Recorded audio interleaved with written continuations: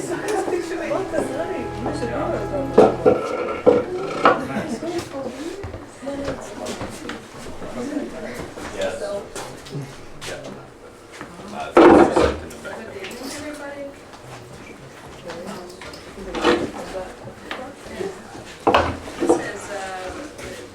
first official opening of the new media art festival Ivy this year in Nepal. And tonight we are going to have the artist talking show. And the first artist who will share his experience will be Maris Dejas, who is a student of our school, Liepāja University. Maris.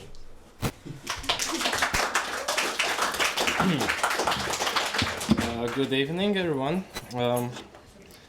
I have many passions. Like I do photography and I like visual arts, but one of the most influential thing I think for me it's music.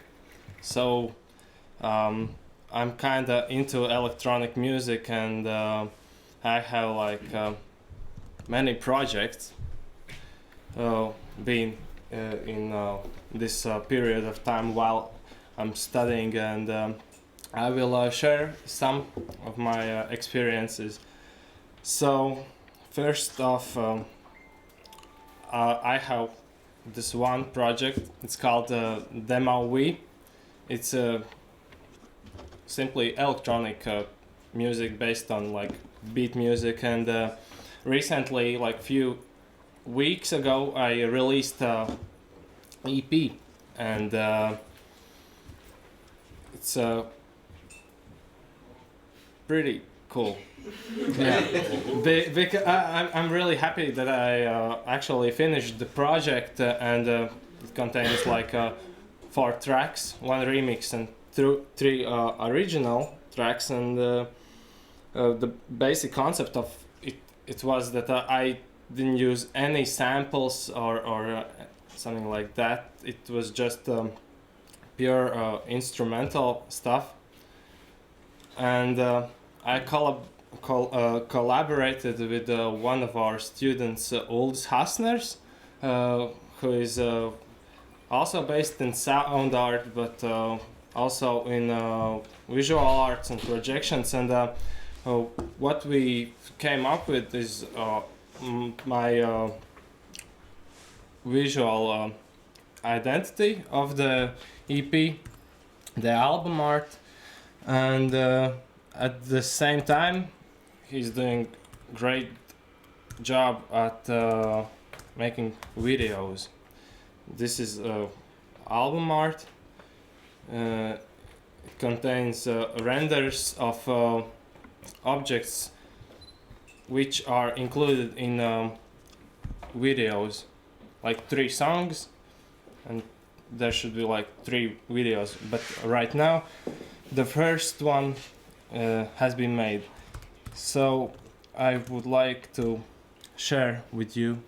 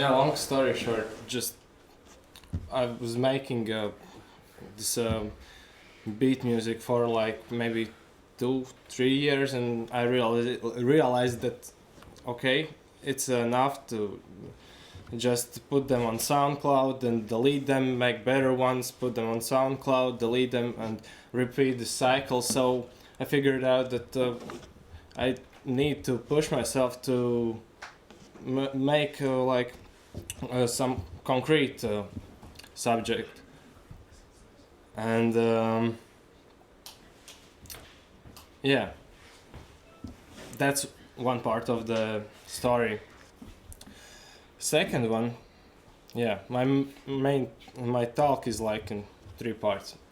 So yeah, the second part is like I'm trying to gather more interest in this field of electronic music. I really believe in sharing and teaching each other, because in my opinion that's one of most powerful tools how you can raise the level of skills in it doesn't matter in which community it is, but really I think that moment when a lot of people come together, like we in Ivy just gather around in workshops, I think that activity has a lot of potential. So I tried and I'm trying to make more these like electronic evenings, electronic music evenings at MP Lab. So all students who are really interested in this electronic music field can get a starting point from which on they can like develop their skills and knowledge, and they can dig more deeper into this research. But another thing that I want to share with you is a story concept which got its first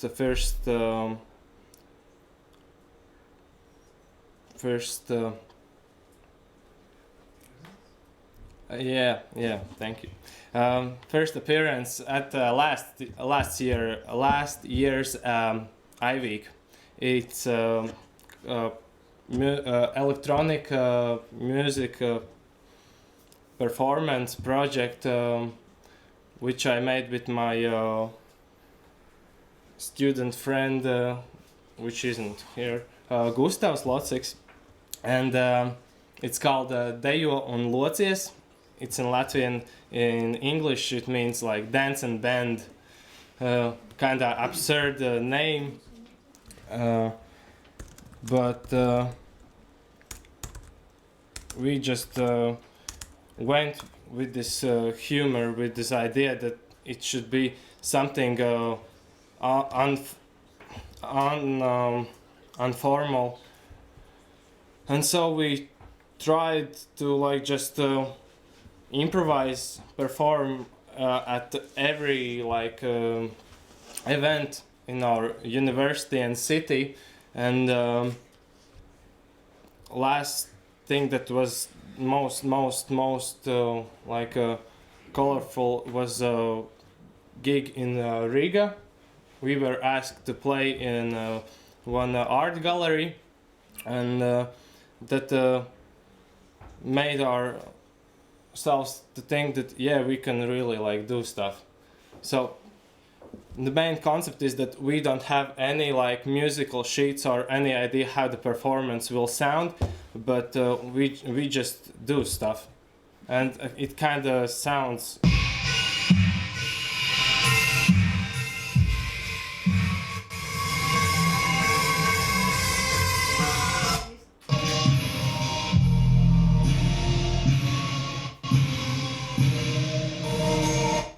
Yeah, the main concept is that we just experiment and we just try to like really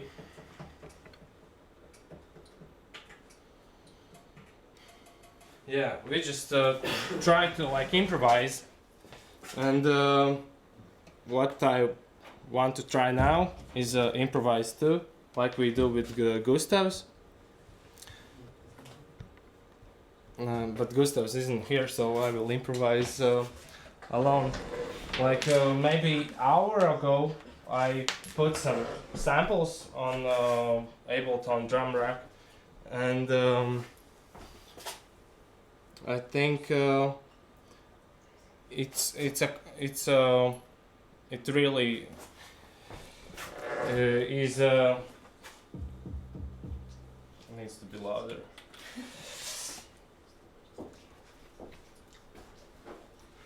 The concept talks for itself. It's just the musical improvisation, the performance when you don't know what will happen, and the power that you can like map so much settings.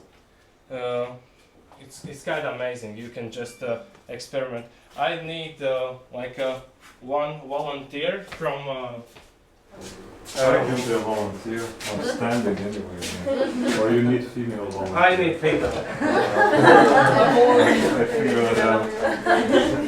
So we will try to experiment and jam a little bit how it will sound. Like we know here are some sounds, and I don't know how it will end up.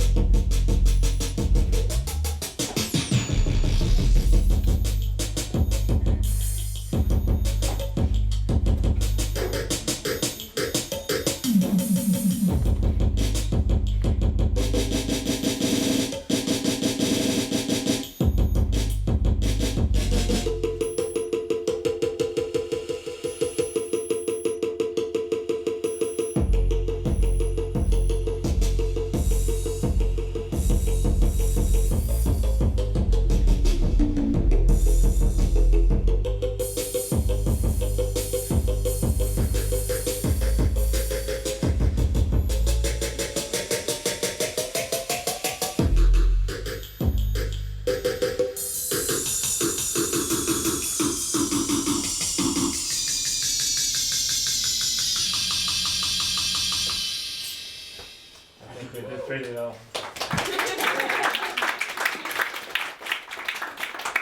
So main thing what I wanted to say and what's the name of my artist talk is that you should just go for things that you are interested in. Just try to gather people around you, and at the end just have fun, and yeah, that's all. Thank you.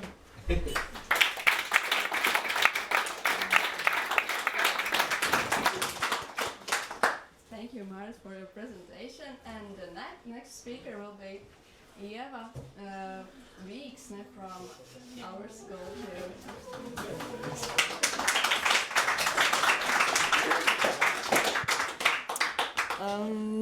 Hello, everyone.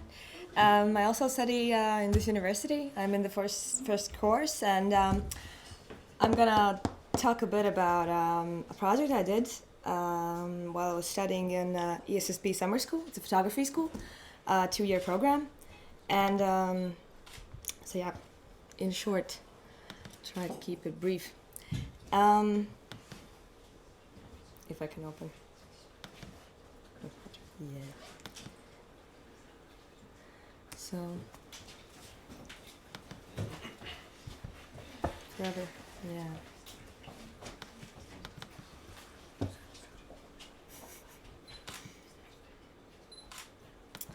So I studied in photo school, and after 2 years, supposedly we had to have an exhibition, and we had to show a body of work, which is supposedly a photo series.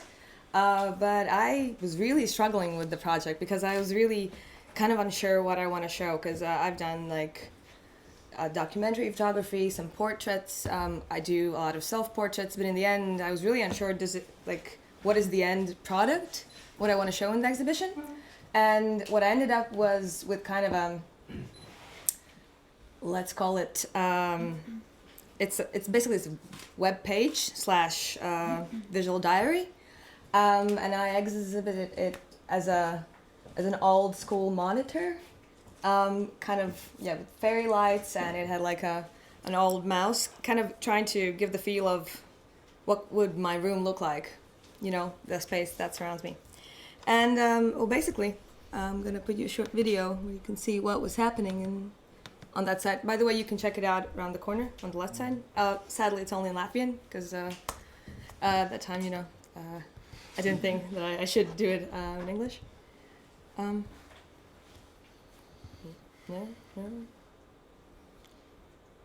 Obviously, no. That good with Max? Sorry. So basically, it was it's a visual diary. I try to take people that come to the computer on kind of a journey. What it feels to be kind of me. It's a hyperbolic version of me, obviously.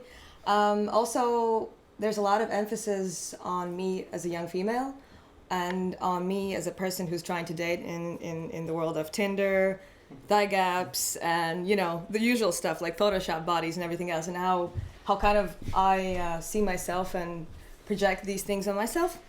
And what I think is interesting that I made the whole page myself. I mean, it's really simple, but just FYI, I haven't done any learning in programming, so I did it in Dreamweaver, like basically code and design. And for my school, it was supposedly really new media. Obviously, I came here and I understood that this is so far from new media as far as it can get.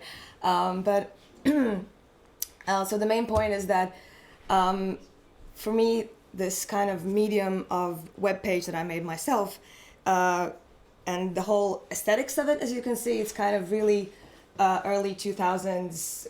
I made my own homepage for whatever reason. I made it this way because for me, this kind of aesthetics is the most sincere. People, it could be compared to kind of vaporwave, nostalgia, that kind of feeling. But for me, it's just that you've made it yourself and it looks like that. It's because you mean what you're saying, and kind of the aesthetics is on the other half. The most important is the content. And kind of another part which I want to show you is a little book I made while studying in that school. And we had a book workshop, and we basically had to make a project, a physical book, on our own. And the reason now I'm showing this is again about the sincere visuals. Let's say I'll call them sincere, or maybe it's nostalgic and glitch. So the title of the book is Bachelors, and basically this book is a collection of collages and glitched images of me and my friends during all kinds of shenanigans, and it's accompanied by a few little texts about how it is to be young, that you kind of want to do stuff, but then you want to sleep more or party more, and then you end up feeling, bad about it, and kind of regretting it, but still procrastinating all the time, kind of these feelings, And so yeah, and I used a lot of glitches, like analog glitches and applications for glitches, because at that time I didn't know actually how to make them. Well, I tried, but I failed, so I used apps. But yeah, I kind of want to distort this visuals, because the main point of the book was to show the distorted understanding of the bachelors. Because supposedly when you have bachelors, it means that, you know, you're educated, you've learned something, you've acquired a degree. But in reality, you know, most of these people, they study politics, economics, social sciences and stuff like that, and they're really serious on the outside. In reality, you know, we just do stupid stuff all the time, and the bachelor's is just, you know, it's just a title, it's just a name. So kind of trying to show that absurdity through those images. So I guess that's in short all I want to talk about, just to show you what a person who's not a new media artist thinks that is new media. That's all. Thanks.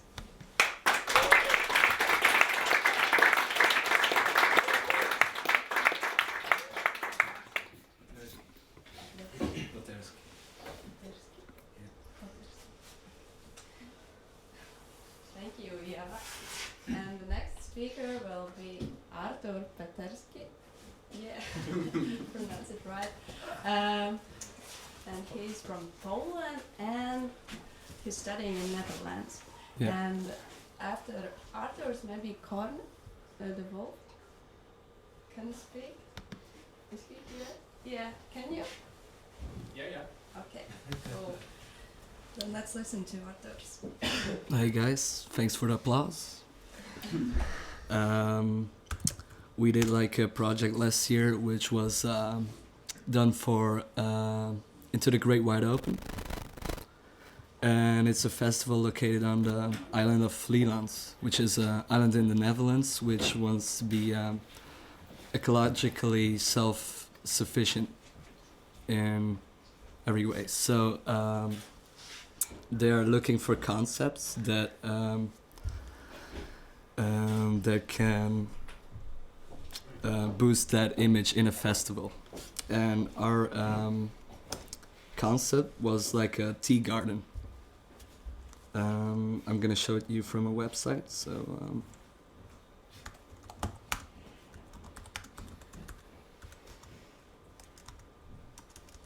whoa.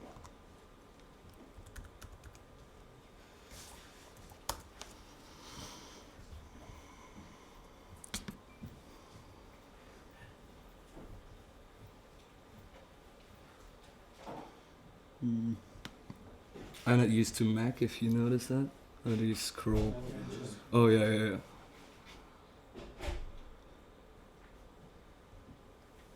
So this is basically the whole concept in a diagram. And it started with the biological waste of the last festival. With that biological waste, we made a compost to grow fresh herbs and to make tea out of it for the next festival. We also used plants from around the islands, and we served it as herbal teas and lemonades. Also, we extracted like elder flower syrups to use in our proseccos. So we also served like types of wines and sangria, in which we added rosehip syrups. So basically everything that we served at the festival came from the island itself. And it looks something like this. You have a video of it, I think, during the festival.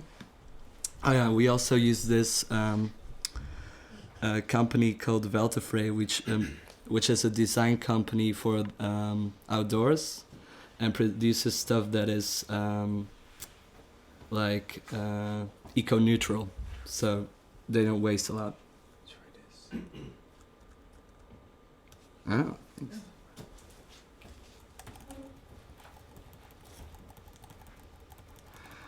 This is our friend Tal, who runs Lab Vlieland, which is a company that actually promotes these kind of projects.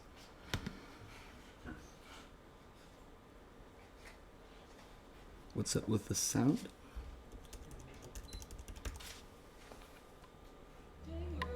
Yeah, we've got the black pine sun behind us. Yeah. Yeah, black pine. We wanted everything to be from the island. Yeah. The nature here is just gives things that stronger growth. It's nicer, Yeah. it's more flavor. Hey, dankjewel. Dankjewel. Het geeft vast een heel bijzonder gevoel, hè, dat het zo hier uit deze bakken komt. En Ja. dan vooral met de compost die hier... This is the sangria, obviously. Ja. En denk je dat het bij mensen ook een soort bewustzijn teweeg kan brengen?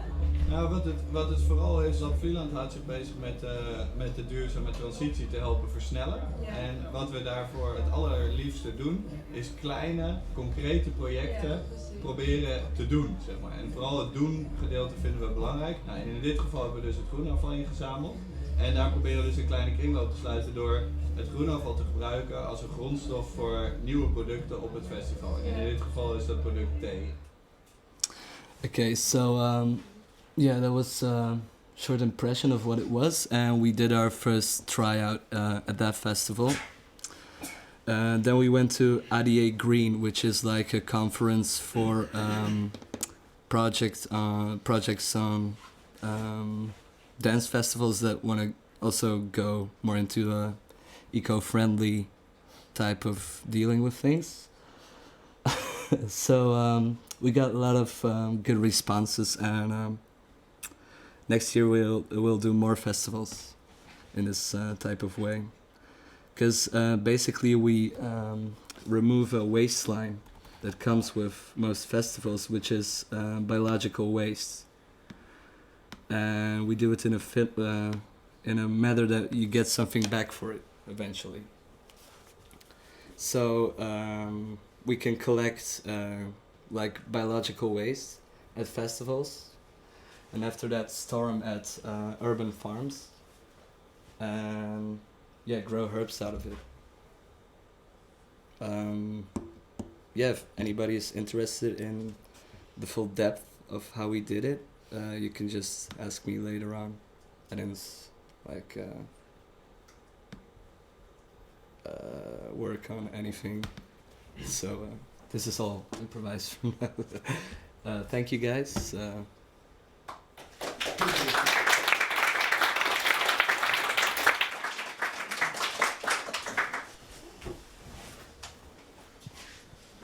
the next one is Corne. Corne. Yes.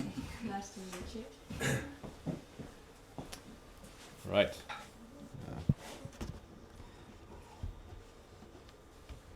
So, good evening.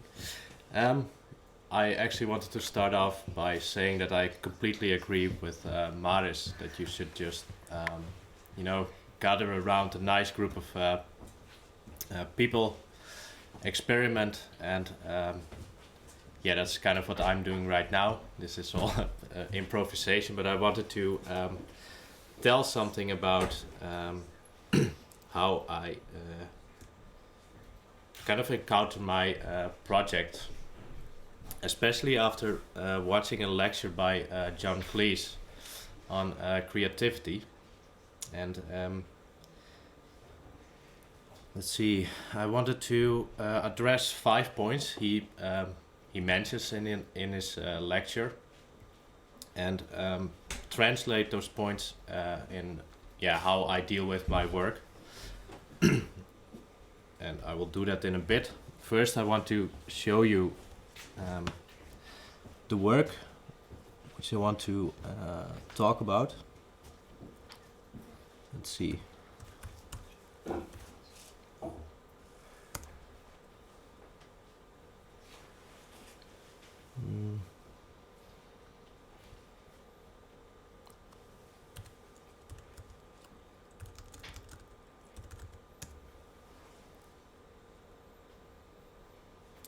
There's some pretty weird stuff on this, but let's hopefully I can find it.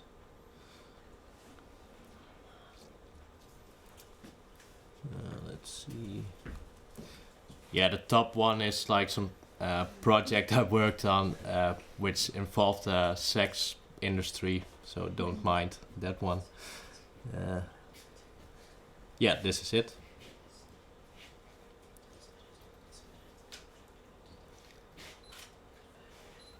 Okay, so first I want to show you this short, which never actually finished, but yeah, to me it kind of adds all the components I think I studied for. So film, so short film in this sense, installation art and sound design, music, and enjoy. Hmm?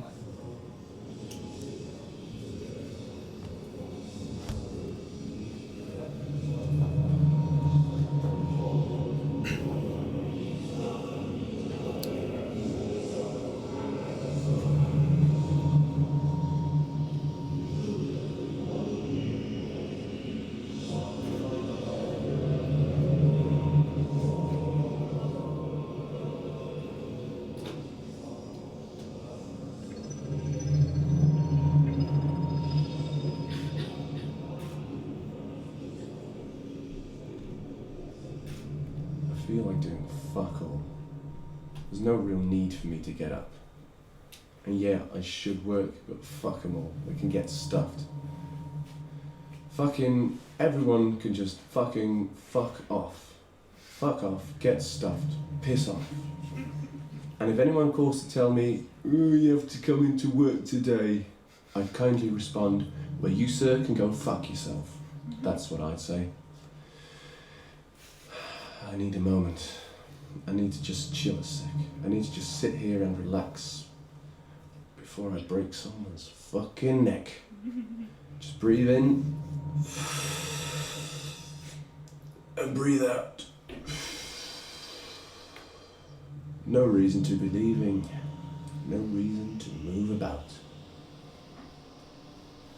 Let the world burn. Let the people being dying pain. I wouldn't be able to stop it. My efforts would be in vain. Besides, what would I get from it anyway? A mere thank you and have a nice day? Nah. Fuck them all. Let them jump off a cliff. Quite happy here, thank you. Just smoking my spliff.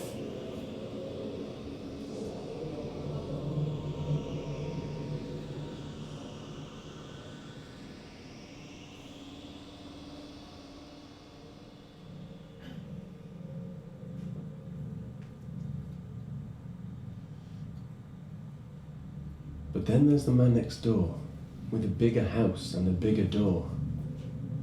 I mean, how does an ugly fucker like him end up with a girl like that? And how does a car get to be owned by such a twat? I should have a lawn at least twice the size, and it should be at least as green, and I should be the one riding smugly on that big mowing machine. At work it's just the same, some unrightfully arrogant degenerate taking up all the fame, while the work I do is more accomplished than his by far. Yet he's the one with the corner office and the company car. Reminds me of younger days when I wanted a new bike like my friends, but I was forced to watch from inside as he rode back and forth in all his pride. While others were playing tag, screaming and running about, I had to stay inside, too afraid to go out. I wished I had friends then to play hide and seek, to play and laugh with, but I was scared and weak. So read my lips, listen closely when I say, I will take what I want from you, I will find a way.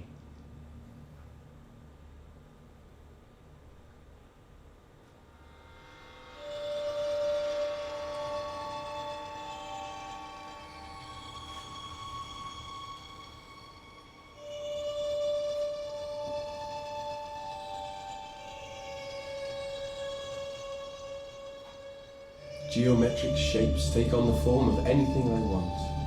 Liquidized, solid, gas. What I feel or sense, things I see. Never before so subjective was reality. All the bright colors, light beams impale me, burrowing into my soul. The bass nurturing me, keeps me safe, cushions my movements, surrounding me, resounding in me. I'm no longer in control, and I don't feel the need to be. I'm just letting go, setting my mind and body free. Carry me beyond the altitude, beyond the stars, and another universe entirely. You walk past and smell so clean, so fresh. I suddenly feel the need to sink my teeth into your flesh.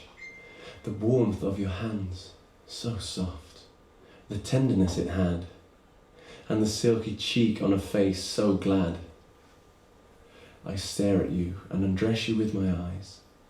I imagine rolling your panties down your thighs, over your knees and towards your feet, and for the last part I only use my teeth. But there you are, now sitting across from me, completely dressed and ignoring me. You look, I give you a nervous smile, a pathetic attempt to beguile. How I want to come over and rip off your clothes and strip you bare from your head to your toes. But, unwilling to accept rejection, I chose to rise above you, which is when I harshly learned that you cannot force someone to love you. Affection nor love could I get. 'Twas a small step to settle for regret.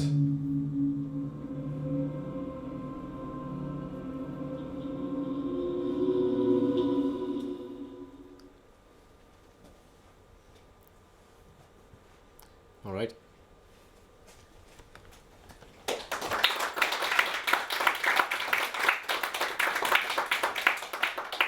So, how did I start this project? It was nicely timed. Let's not look at my body being covered in yogurt and weird stuff. Okay. Man, oh man. Okay. So, again, how did I start this project? John Cleese mentions in his lecture like 5 critical or important points to get in some kind of open mindset, and with this open mindset have some kind of symbiosis with the closed mindset. And the open mindset kind of dictates that you have to be playful, almost childlike. And I'm quite a serious guy, so I never tried something before, in a sense of taking a certain subject and just play around with it. I always have this thing stuck in my head, like, I'm gonna make a short movie, or I'm gonna compose a song or whatever. I already know the end result, kind of, and I want to work towards this point, and be completely obsessive with the quality and all that kind of stuff. Maybe you as a maker will can relate to this problem.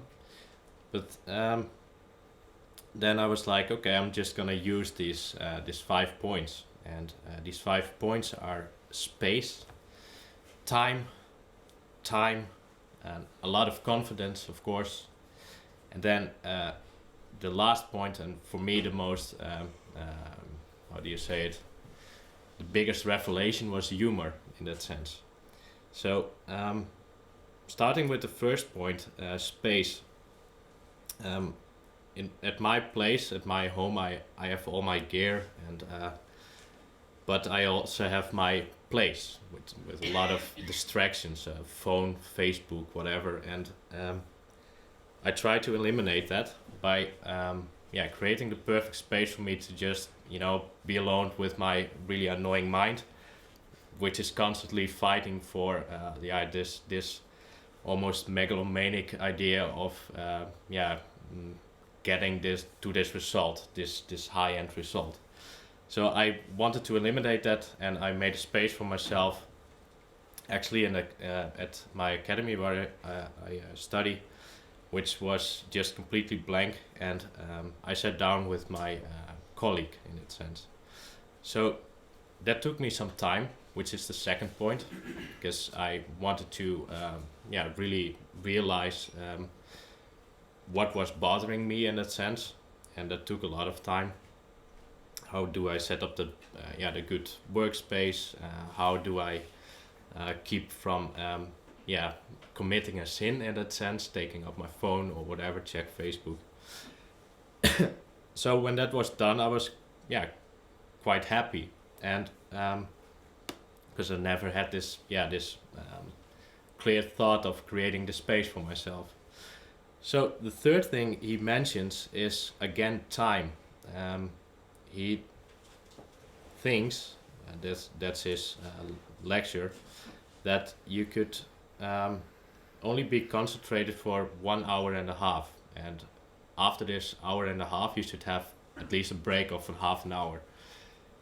And I never work structured like this. I always, when I'm in a flow, I can work till 3 in the night and continue the next morning at 7. So I also tried this, just have the time to come up with certain concepts of finalizing this short movie, and it worked quite nicely. I even picked up basketballing again, which was nice to do, get some fresh air while working.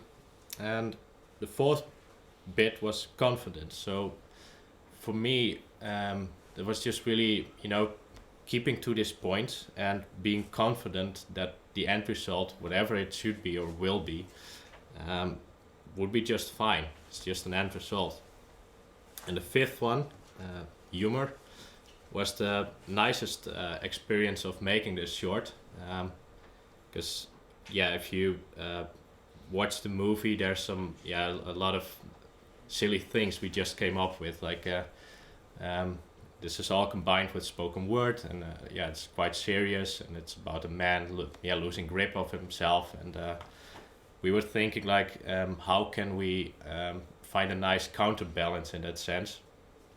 So we had a ducky, we had a lava lamp, we had actually what didn't appear on film was some kind of celebration orgasm where confetti was flying around, and all these kind of weird ideas which I would never incorporate in my work. And till this day I really stick to humor, just and be in this kind of childlike mindset, just to explore the other side of me, and quite happy with it. And I guess that's something I wanted to share as a maker with you guys, that maybe you can look for this lecture of John Cleese on creativity and try it for yourself.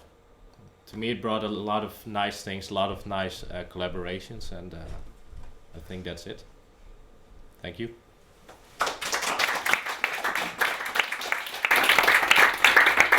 Thank you, Harney. And at the point we need a short technical break, so you guys can go out and get some fresh air or take a drink, and we'll be back after like 7 minutes with the presentations of Paula Vital, who's a doctoral student of New Media Art, and Gilles Lillis, who's a workshop leader here.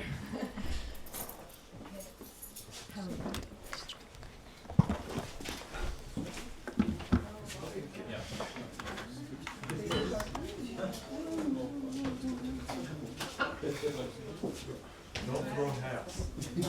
That's good you don't have hats.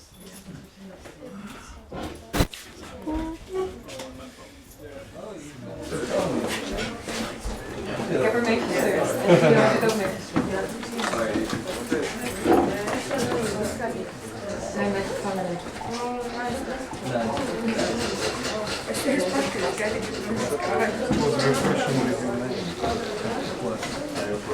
I know.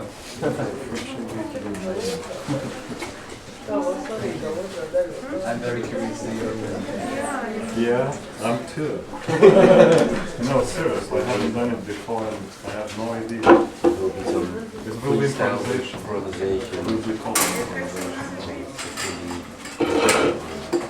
Because I'm not even thinking about it on purpose. I really want to improvise. I'm hoping for a flare of that. Yeah. Some sort of poems. Stream of consciousness. Stream of unconsciousness. Yeah.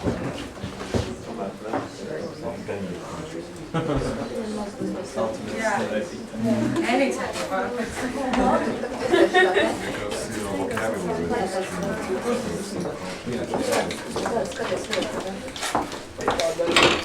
Well, like Burroughs said, exterminate all irrational thoughts. all kind of chemicals. It's not to think of meaning for the symbols. They signify nothing. They're trying to understand me saulē, tad darbījās tās. Divās? Kas ir vannas šotīgas? By the way, so do you want? Do you want? When life doesn't give you lemons. And you drink water.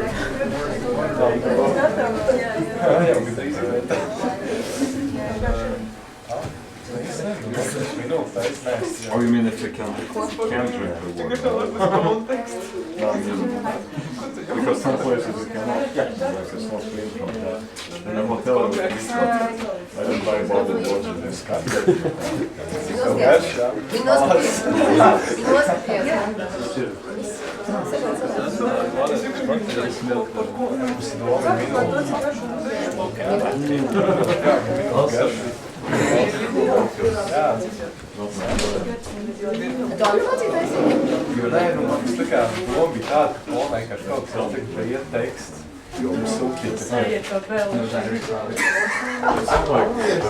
Hashtag Dievs humors. Except cheese. Jā, tu vienkārši noteikti viens pats nonāk, teiksim, ka šeit Negrib siepīt, negrib. kā stāsts Kroči, doma ir tāda, ka space travel, nezinu, kā work tā tagad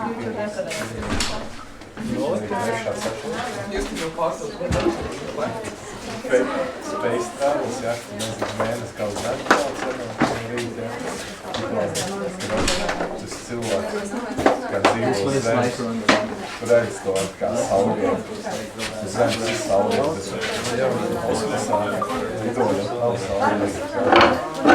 Kosmosā nav sauliet. Nē, bet kosmosā, kroči, tāds, kā šalīts no zemes, jā.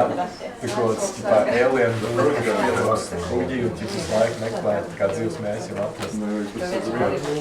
Kāds cits cilvēks tam noizvāt atrod, viņš tur nav bijis.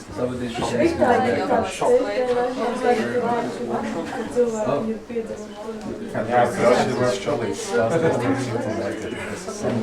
We just arrived like at 3 yesterday. I know, because we were drinking.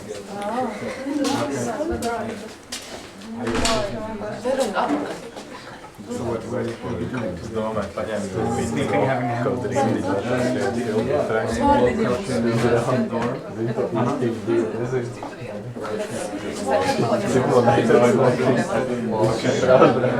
Show me your life, show me drugs.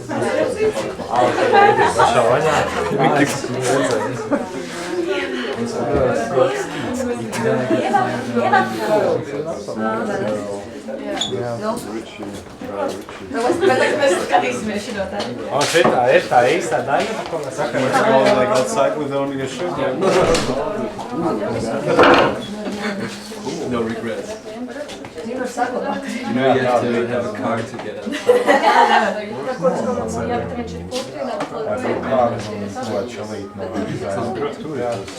Yes, I have a car. And a card, yeah, sure. So you have. I just understood the card. This is like a bitch. There's that one.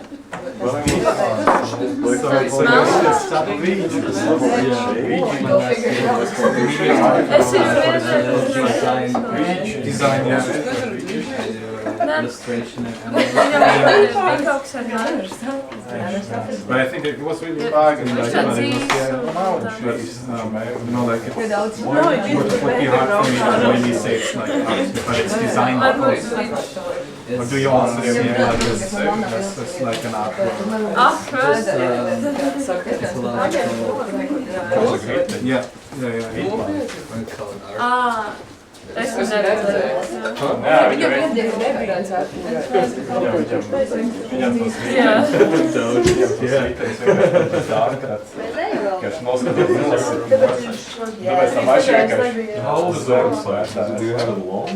No, I just I made it in June this year. The thing is that I think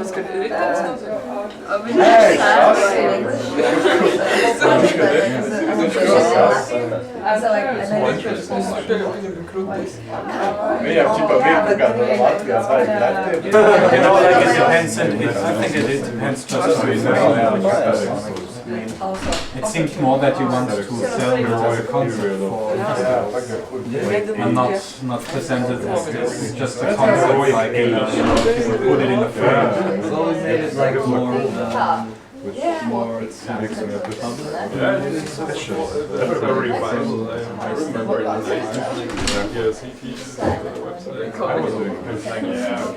And then after that, YouTube and videos. Did you have many plays? no, it's kind of available in the exhibition place, so I actually haven't put it anywhere, so I don't have my page yet.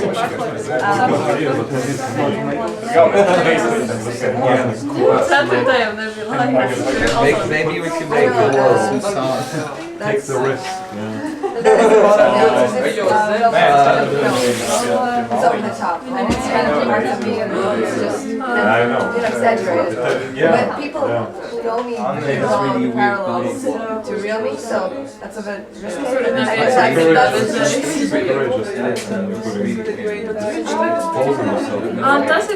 You're playing the role. yeah, that was the thing. I exposed myself mentally and also physically. That was kind of that's the kind of sound. Feminist of me, that's my kind of This was image. unlike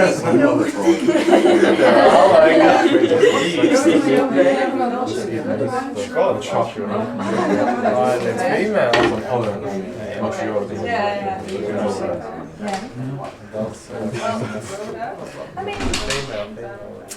it's hard to understand where I'm standing with this part, and currently I've gone to this kind of sad girl movement in internet. You know, the little sad boy and stuff like that, but, you know, just young people complaining in internet about, you know, their... What's this called? This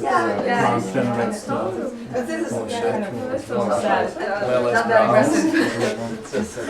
post-feminine Filters and the fish crates.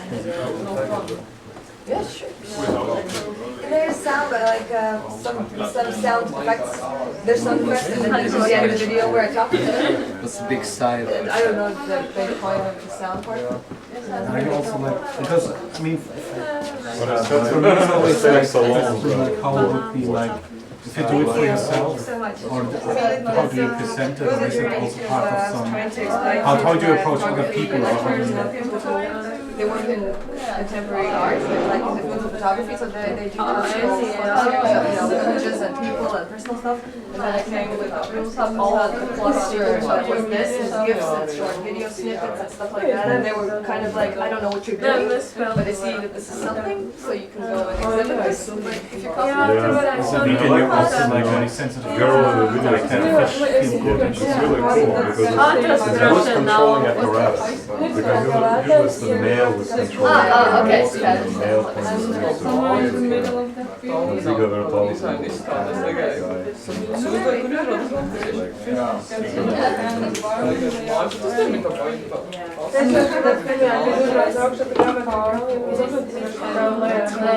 But the whole text, by the way, sadly you can use but it's mainly I'm explaining why I'm and the main explanation is that I have a lot of male friends, plenty, and they're all young, cool guys, and I respect them. So the thing is, sitting, you know, and rating people on Facebook, you know, what's going on with mobile glasses, it's not up to and I kind of know the attention of this, therefore I kind of cannot see myself and put myself as flaws, and kind of I reflect on that, you know. Yeah, that's the kind of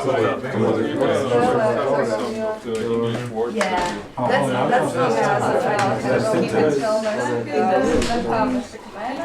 300 users. So,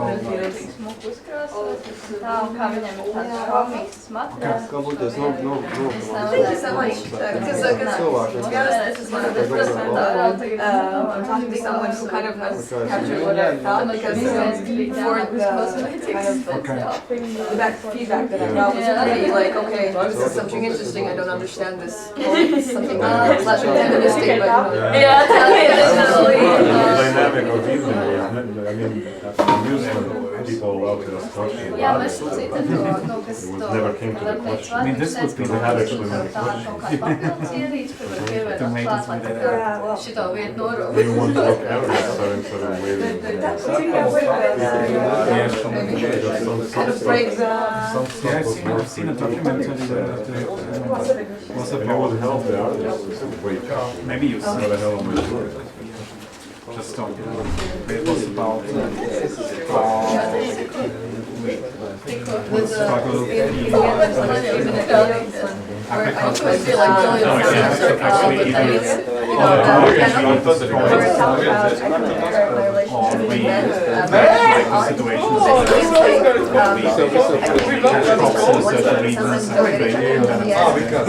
they also like show parts of like this city like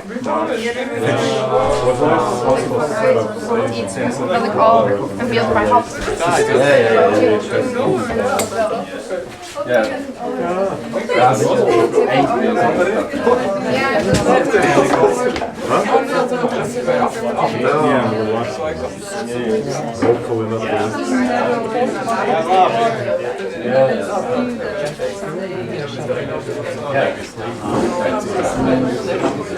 Well, you hear clapping after clapping. Because now it's a girl and you're gonna laugh.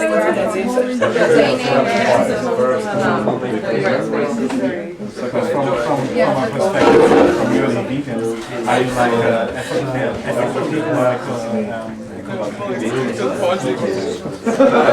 because you know, like, is it like, do you think it's like nice to fish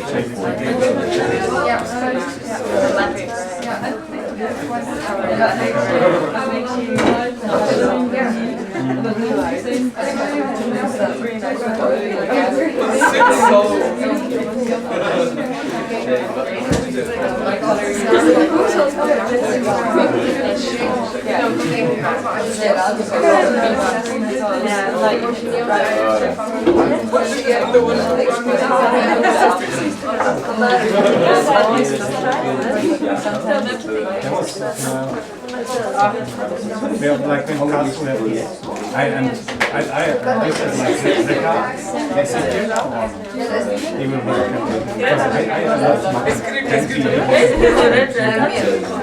live in Castle, it's a different city, so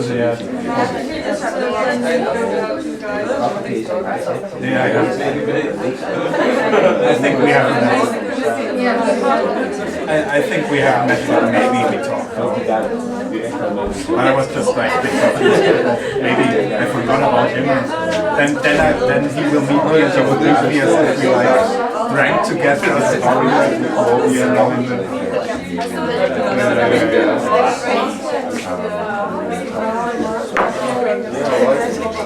doing the concert.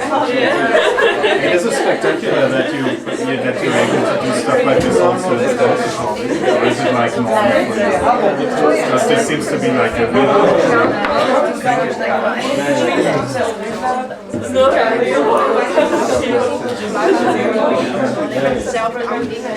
You think there will be a lot of like audience from outside of this?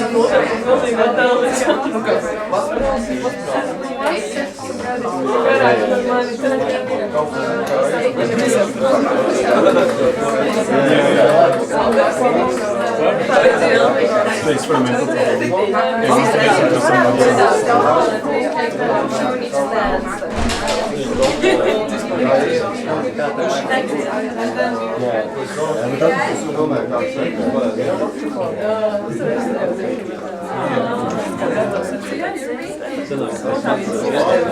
Hey guys, and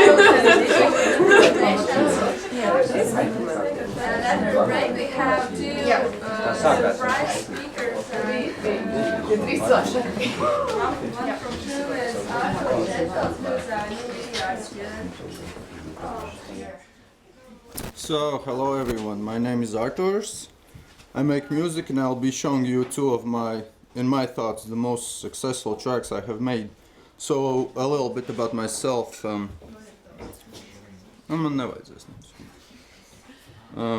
My background is that I attended music school for 3 years. I played the guitar, but then, ironically, I left it because my parents bought a PC. It was a whole new world for me, you know, computer games and stuff like that. So at that time I found the PC stuff more interesting than music. After a few years I was introduced to some heavy electronic music like jungle and drum and bass, and that was again a whole new world for me. The fast rhythms, the distorted sounds, I really found that amazing. After a few more years I realized I also want to make electronic music. At the time it was the dubstep era, and so I produced my first dubstep track, which sounded really awful. So I was making modern dubstep for quite some time and gained some concepts of music producing. Then I started making all kind of stuff, and in general I try not to concentrate on like one genre. I make like all kinds of stuff. Although lately I have become obsessed with hip hop, and it kind of makes sense because some of the inspiration are artists like Lamb's Casino, Earl Sweatshirt, Beside You. So now onto the music. The first track is called D.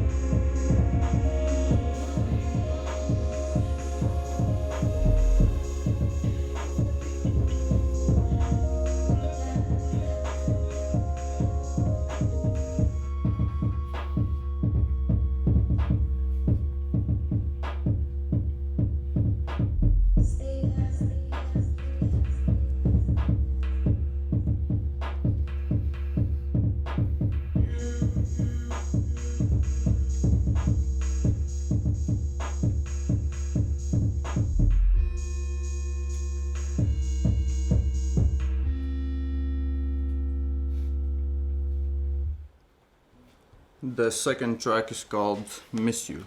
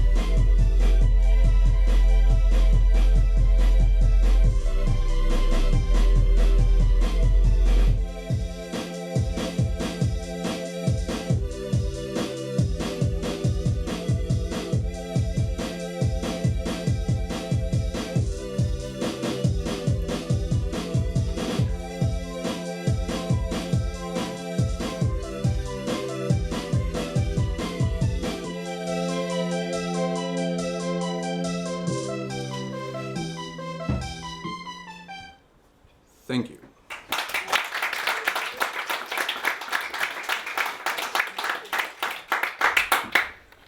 So, and the next speaker will be Pēteris Rieksniņš. Yeah. Paula Vītola. So wait for the lady to come first.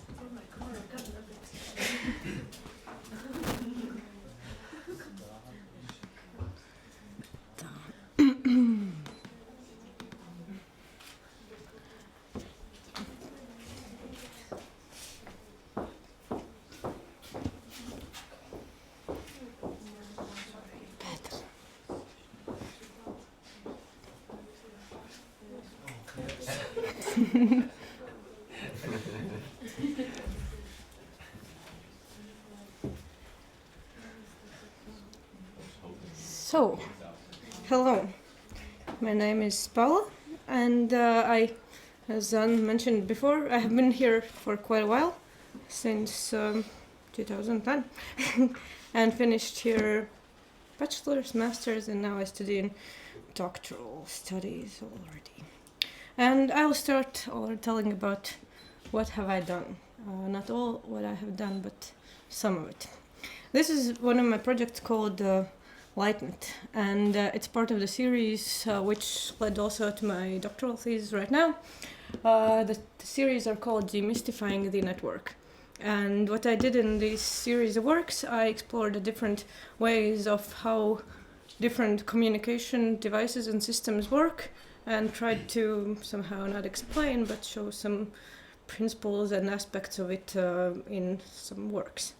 And yeah, this is a work called LightNet, the first one, the first version of it.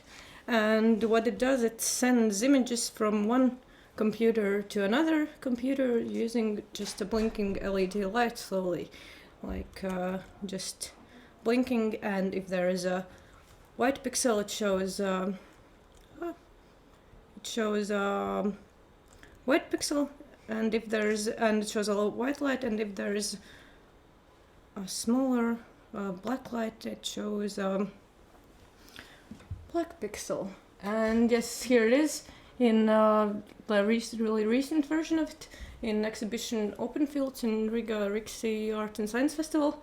And here you can see these two, one with the light, and when it shows white pixel, it shows now it's black. And that's what all it does. There's just two really not very sophisticated images which are being sent. So yeah, and there you can see that you can that actually works, so you can interrupt it, and there you can see that there is a black one strong. So yeah, I don't know if you understood how it works, but yes, basically it's a really simple model of how an actual internet works. So it's a digital signal, it's either on or off. It's like quite complex when you're talking about actual Wi-Fi, but I showed the most basic version I could with that. So yeah, and continuing the series of Demystifying the Network, I also wanted to look a bit on the analog signal. And here I was looking at the electricity and sound and how similar they are, and it's also all basically the sound wave, analog sound wave, is just a fluctuation of electricity and how you can modify it. And then I looked at the really old version of wireless communication, and Albert Bell, who is known for creating telephone, or it's known for, you can still debate whether he actually did it, but yeah, and he created the telephone which was called the photophone. And what it did, it transmitted audio signal using sunlight. And the system, how it worked, was like really simple. There is sound, the sun, and it goes onto the mirror, and if there is a sound source next to or behind or on the mirror, then the light was modulated like directly because of the vibration of the mirror. And then you can attach the solar cell to the light signal, which is already modulated, and just connect a speaker or headphones or recording device, and yeah, you can hear what's happening other way. So, and yes, here along last year I did a really simple prototype of how it could work, and also you can hear recordings which are quite noisy. because of course the invention is not perfect, and especially if I do it myself. But and all the wind and everything. But here you can see there's those two lenses, which are not definitely necessary, but it's like a bit easier to focus, of course, with the lens. And here's the speaker. Well, the speaker is more for visual. For the recordings, I attached a recording device and then amplified it a lot, so you can actually hear it. And now I'm speaking over the sound. The sound is really subtle.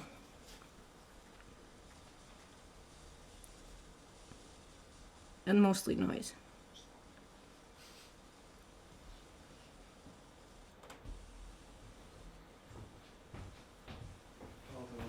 Nej, men nu ska it's working.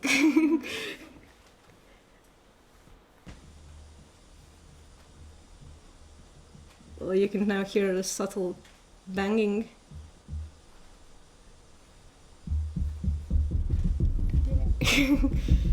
Here it is. And in the end, I like this is my favorite part.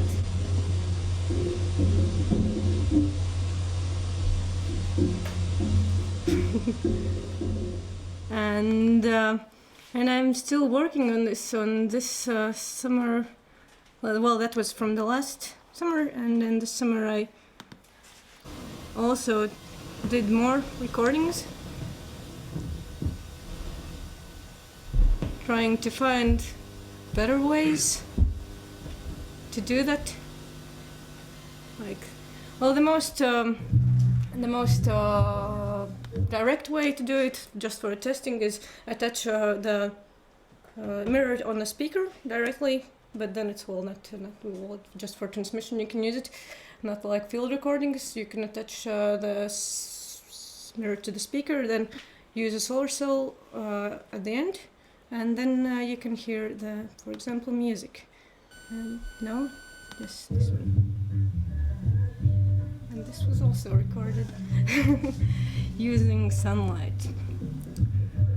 So yeah, and my plan is for the next summer is to build a big version of it, which would work for the whole day while the sun is shining, and like record it all the time. And then it's quite hard because the sun is quite hard to work with because it's moving, and it also might not be there, and most of the time, especially here.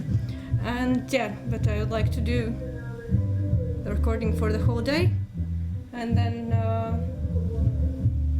make it permanent and like burn the sound directly into some sort of surface.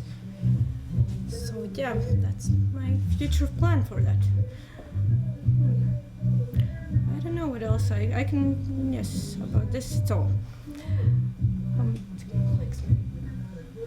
Okay, and then I can also show some other stuff which is not, that's a bit in the past. For example, one of them, I just want to show the video of work which we did here together with Adri and Iris and our students, which was called Private Atmosphere 2 years ago in iWeek. And then somehow I put it in an exhibition here, and then it also was invited to an exhibition in Mons. So for those exhibitions here, we did also a sort of documentation video, which was not, of course, perfect because the VR device Adri gave us wasn't here, and we got the next generation one, which we sort of didn't had time to get it working properly. So this is just yeah, it's fake.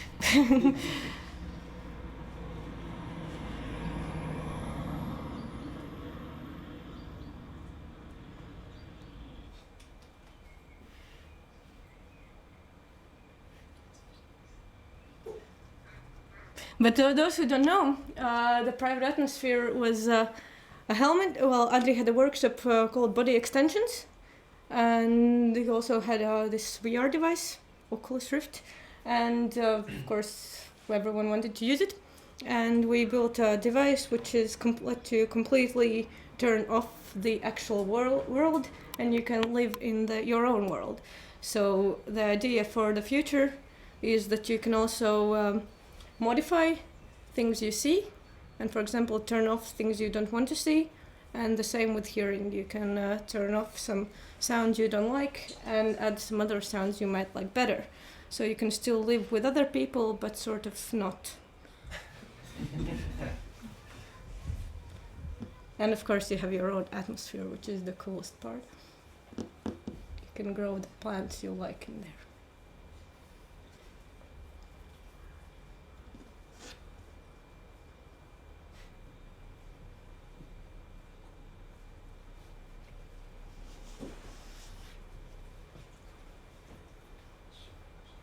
Yeah. Oh, there.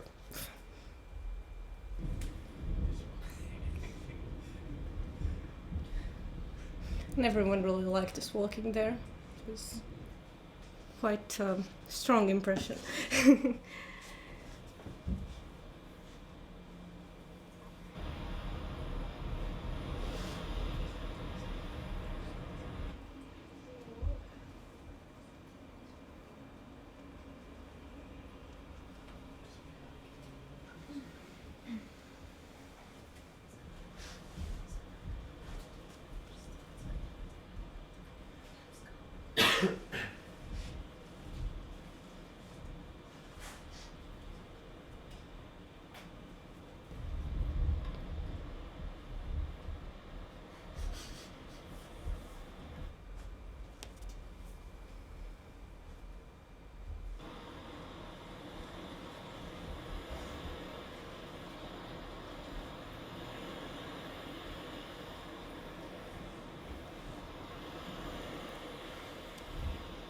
So yeah, I think that's about it, what I wanted to show you tonight.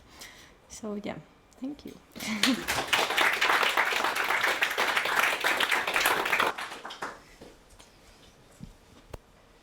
Will Petri talk now? Petri? Enthusiastic. Petri studies new media art at the level of masters, and he's exploring the privacy on internet. No.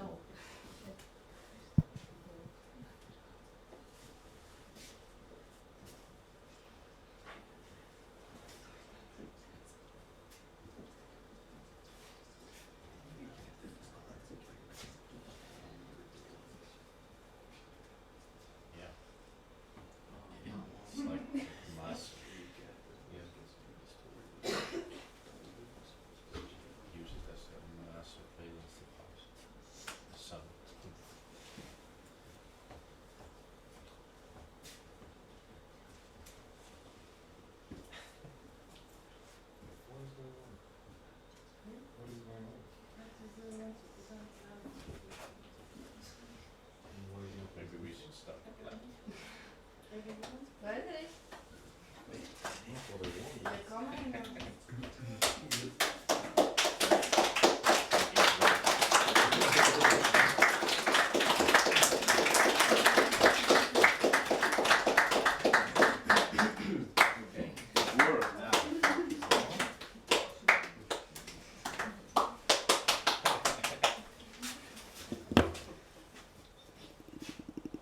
Hello, my name is Peter and I'm gonna present something. Yes.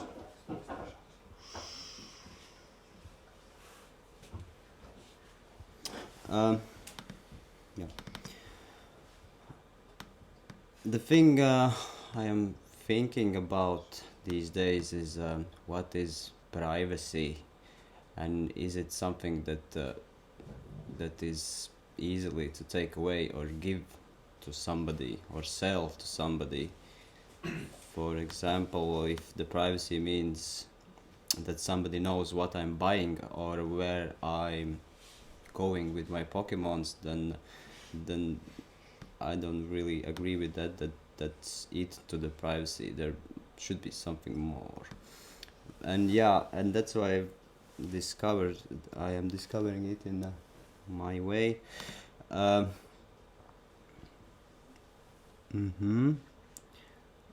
was started this thing, of course, with the GPS tracking. I did the same thing that a lot of humans and artists have done in back at the time when the GPS technology was something new. So I did the same thing, but that wasn't very interesting. But yeah, I made those kind of maps. I shared them freely in the internet so everybody could know where I'm going.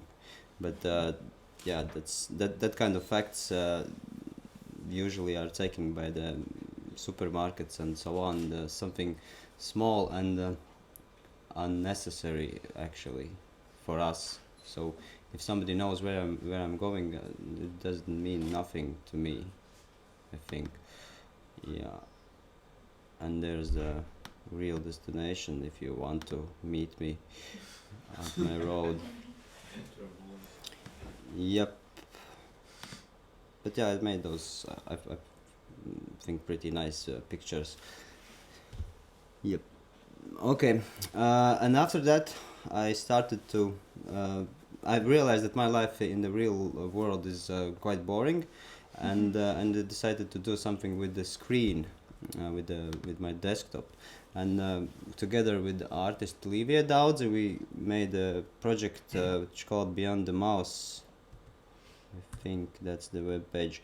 When we shared the screenshots of our laptops every second, I think, every 30 seconds, but only the part we don't see ourselves. It's just behind the, just behind the pointer.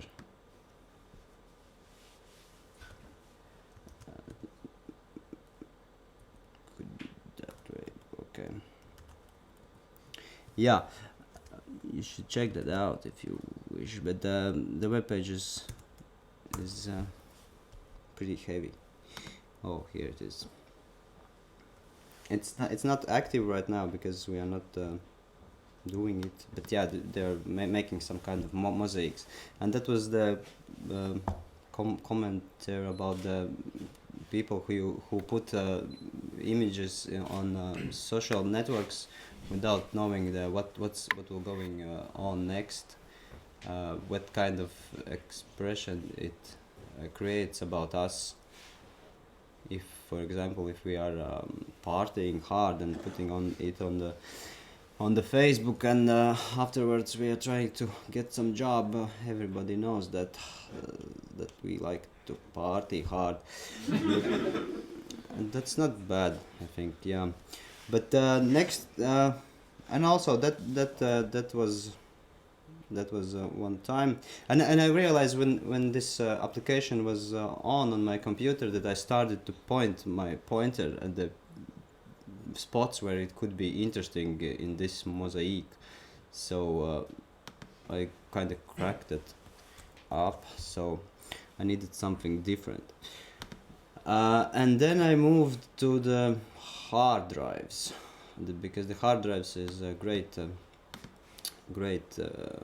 place where to find some data, and those were not my data. There were I bought those hard drives in pawn shops, and yeah, basically I bought the information.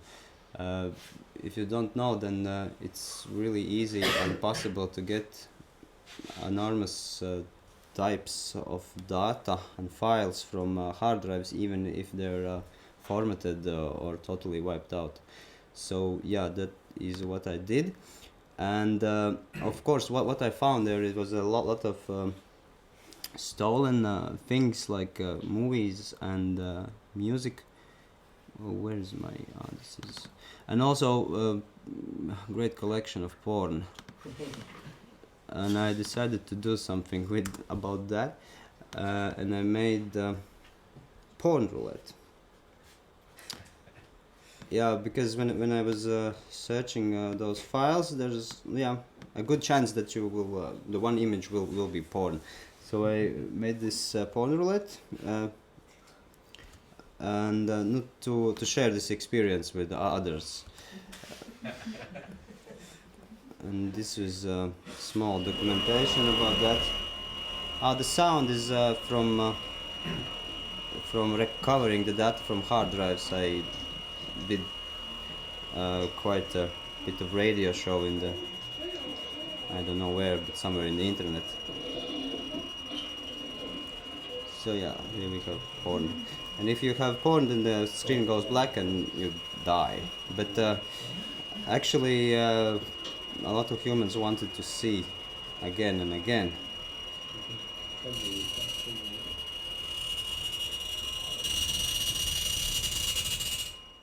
Yep. Okay. So the next thing, what I was planning to do, yeah, what to do with the real pictures, which are from traveling photos or something like that. I tried to do something similar. What will happen if there were real photos and put on the dumpster? Yeah, they will practically they will rot. I think that they will rot, and that's why I tried to make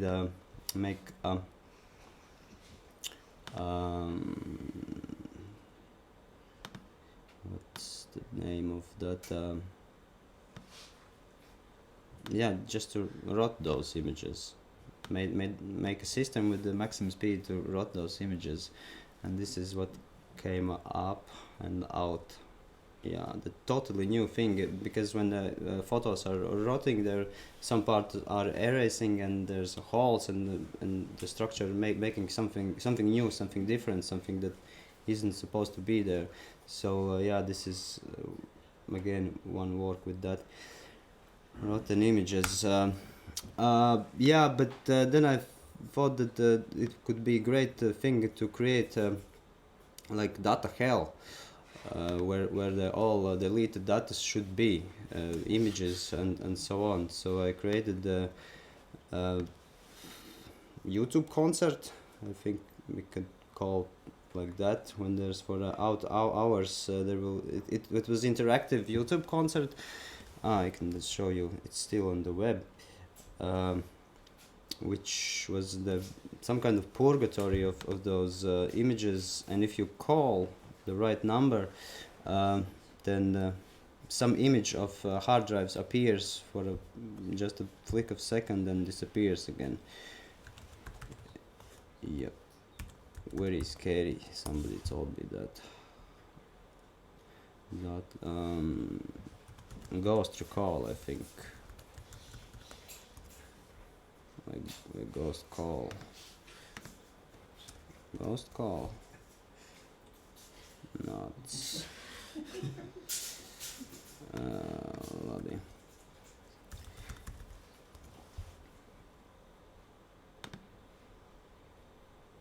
Okay. I think it could take too much time. Yeah. But basically it looked like that, and with the scary music taken from the also from hard drives, manipulating with that with the granular synthesis and so on. Yeah. Okay, the most interesting part of it, I think, was the interaction with the cell phones, because if you don't know, there's a lot going on in the world when humans die, but they still can connect with you from the other world by their cell phones. They're sending SMS and the calls also. So this is that kind of thing. And now the most latest works are again about those data, but is it here? I didn't press nothing. Okay. Yeah, it's about the privacy. Because okay, this one hard drive, I think it belonged to one of the workers at the pawn shop, which is also son of the owner. he's working and he's son of the owner. Yeah, and in the pawn shops they must to scan and copy your passports to get the deal done. And this guy somehow thought that it could be a good idea to sell again in the pawn shop this working drive. Everything was erased, but I managed to get out some data of it and made a huge video installation. Here will be 9 seconds, but basically you get the idea. It's going like that. A lot of passports, and yeah, I try to do with them as those kind of documents should be treated, like deleted and scissored, how it's called. Scissored. It's not mine. Where is deleting? Repeat one, great. Repeat mine. Yeah. And as you can see, okay, for those who can read Latvian, you can see a small pieces of data, but it doesn't give you anything. And it's the same thing as if some supermarket again knows what I'm buying.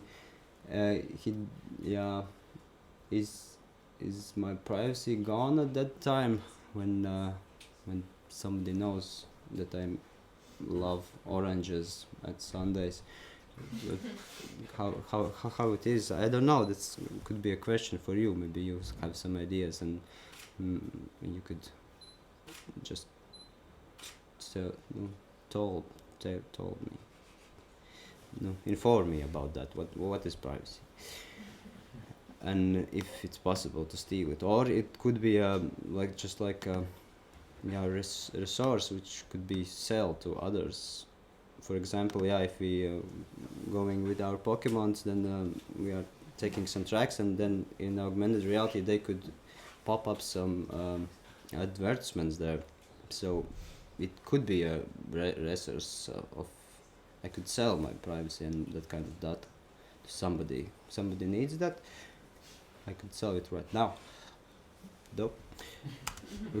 Okay, and again from those photos, there's a lot of photos when they're traveling somewhere, and this is nearly 1,000 faces all together. Liar, but it's too dark. Can you switch that off? That's too light. Yeah, and it's. I like to watch it for a very long time because I can see there basically every my friend and relevant, because the face is changing all the time. Yeah. Okay, that's it. If you are interested in those two works that I shown at the end, you can read about them in internet at the webpage We Make Money Not Art. Yeah, there will be information about that if you are interested in it. Thank you.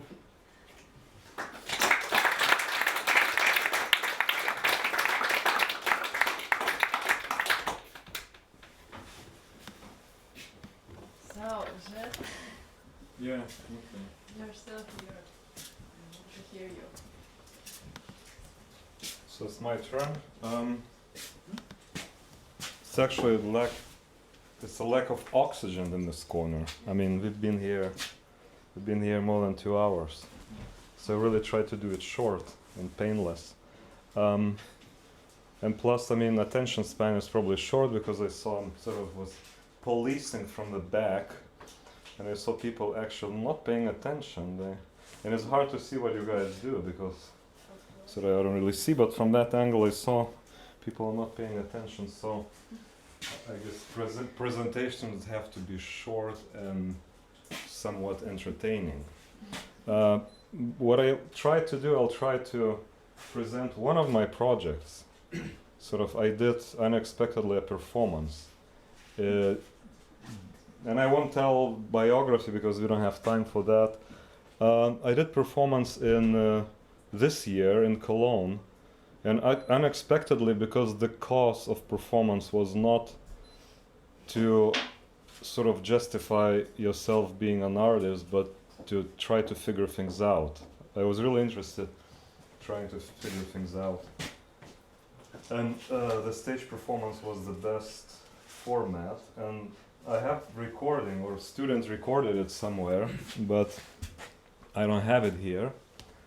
And it's totally relevant. Actually, now, when you see me in the context of that, it sort of becomes one experience, and this has nothing to do with what I'm about to tell. And what I'm about to tell is, I'll try to avoid any sort of pre-recorded and projected media, trying to explain an artwork, because I notice participating in many art presentations, it became a routine. You sort of, it becomes a bit of an IKEA catalog. You know, you have pretty pictures, and then you do this PowerPoint or whatever, and that sort of sums up your experience. But what if you get rid of all that and try to communicate your artwork? You know, what can you do? I was also thinking, you know, there is this whole tendency of media archaeology. You know, we're using this to illustrate our ideas. I mean, if you think about evolution of the book as a medium to carry ideas, I mean, illustration jumped in pretty early on. So we really used to, and children's book is a good example. You know, words is not enough. We want some illustration. So I'll try to be very austere, sort of Puritan, and use as many pictures as I can. And the project is sort of simple project. The title of the project, I can write. And I'll explain. Actually, nice thing about it, when I explain functionality, I don't have to explain the concept.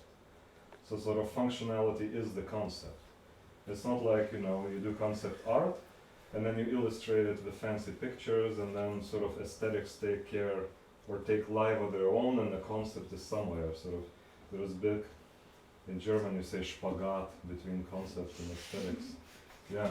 So it's really, it is what it is. It's a pure function, and then the sort of functional concept and aesthetics in this case are irrelevant in a way. So, but what is relevant is probably relevant a little bit of history. And history was history of the render engine. And so there is this apparatus tightly controlled by people who know how it's functioning, who know how to program it. So it's tightly controlled by programmers, meaning sort of screen-based rendering. You send the signal is being mediated and sort of shot to the screen. So I thought about taking this functionality but doing it live. So idea was this 8 by 8 pixel democratic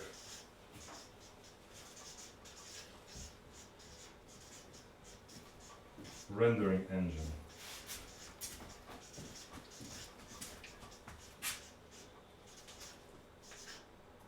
Yeah, I can take that away.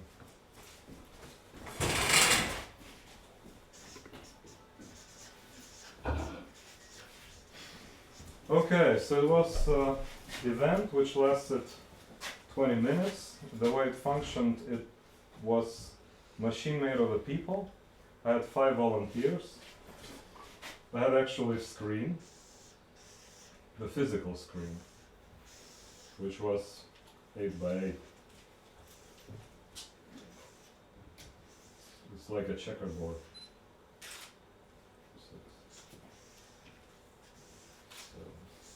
6, 7, 8.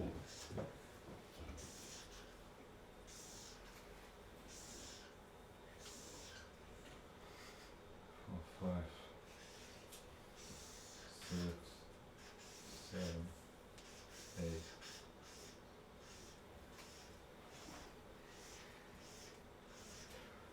So I had 5 volunteers, people, and I had specially created masks for them. and really randomly selected from the audience, not sort of trained random selection, but purely people who didn't know what I'm about to tell them to do. So they had goggles, and the goggles blocked the sight vision. So they're sitting in front of a screen, which was 8x8 grid. With the goggles, they didn't see what they had. They had the sort of very simple thing, a stick, 50 centimeters long stick, with round thing at the end. One side of the thing was black, another side of the thing was white. And what I wanted them to do, I wanted them to totally arbitrarily, up to their free will, or their sort of, you know, inclination, aesthetic or whatever, just raise one or the other color, and without seeing what the others are doing. So it was 5 people sort of at the signal. So I had 5 people, semi-blind, and that's sort of pure democracy, right? You had the free will to choose this or that. It's 5 of them, and I had 2 guys at the desk sitting. One was protocoling, and actually I have that. I have a list of protocol. One guy was writing down results, another guy was calling the grid. And so on is 1, 2, 3, 4. And I was standing there, and I had 2 buckets of color, white and black, with a roll. So this guy, assistant, would call grid A1, and the guys, the sort of chosen audience, would raise black or white. And then the next guy would calculate the average and tell me if 3 guys raise black, 2 guys raise white, then it's black. So black wins. So this guy who was seeing them, I was not seeing them, I was facing to the back, looking at the grid. And he would sort of yell, A1 is black. And I would change it black, right? The way computer does it pretty much, sends the signal, this or that color. And then the next one, you know, A2, and then they raise, and you know, the guy would call black or white. So at the end we had pretty much random pattern. The interesting part was, when I looked at the papers, how each person voted, because one of the systems took notes who is voting which way. It was very much logical patterns. Each person had certain system. Either, you know, one row black, or, you know, this column black, or checkerboard pattern. Couple people tried to do checkerboard pattern. Others had different kind of system. But they all had some sort of meaningful system. At the end, actually, it was pretty noisy, which was quite sort of interesting result. So that's the functionality of this whole thing. Sort of culture importance, I don't know if there is any, in fact. I think there's more cultural significance in trying to do presentations without any media, just sort of talking and drawing things on the billboard. In a way, actually, that's pretty much it. And so that's the artwork, and now you have impression of it without any additional help from just a voice and little sketches. If you have any questions, I think nobody really asked the question, but I like questions if you have. I mean, it's 8 o'clock, you've been here long, so I guess you're exhausted and bored to death. Well, if you have questions tomorrow, I'll ask them sort of around. So that's the artwork, and now you know about it. And that's sort of it. You can hit the bars since there's no questions. Thank you.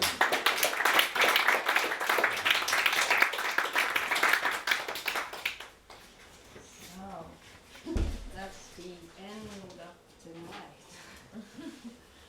Thank you all for the attention, and see you all tomorrow at the workshop. How are you going there? What are you doing at the workshops? Having fun? Great. Yes. Answer is yes. Yes.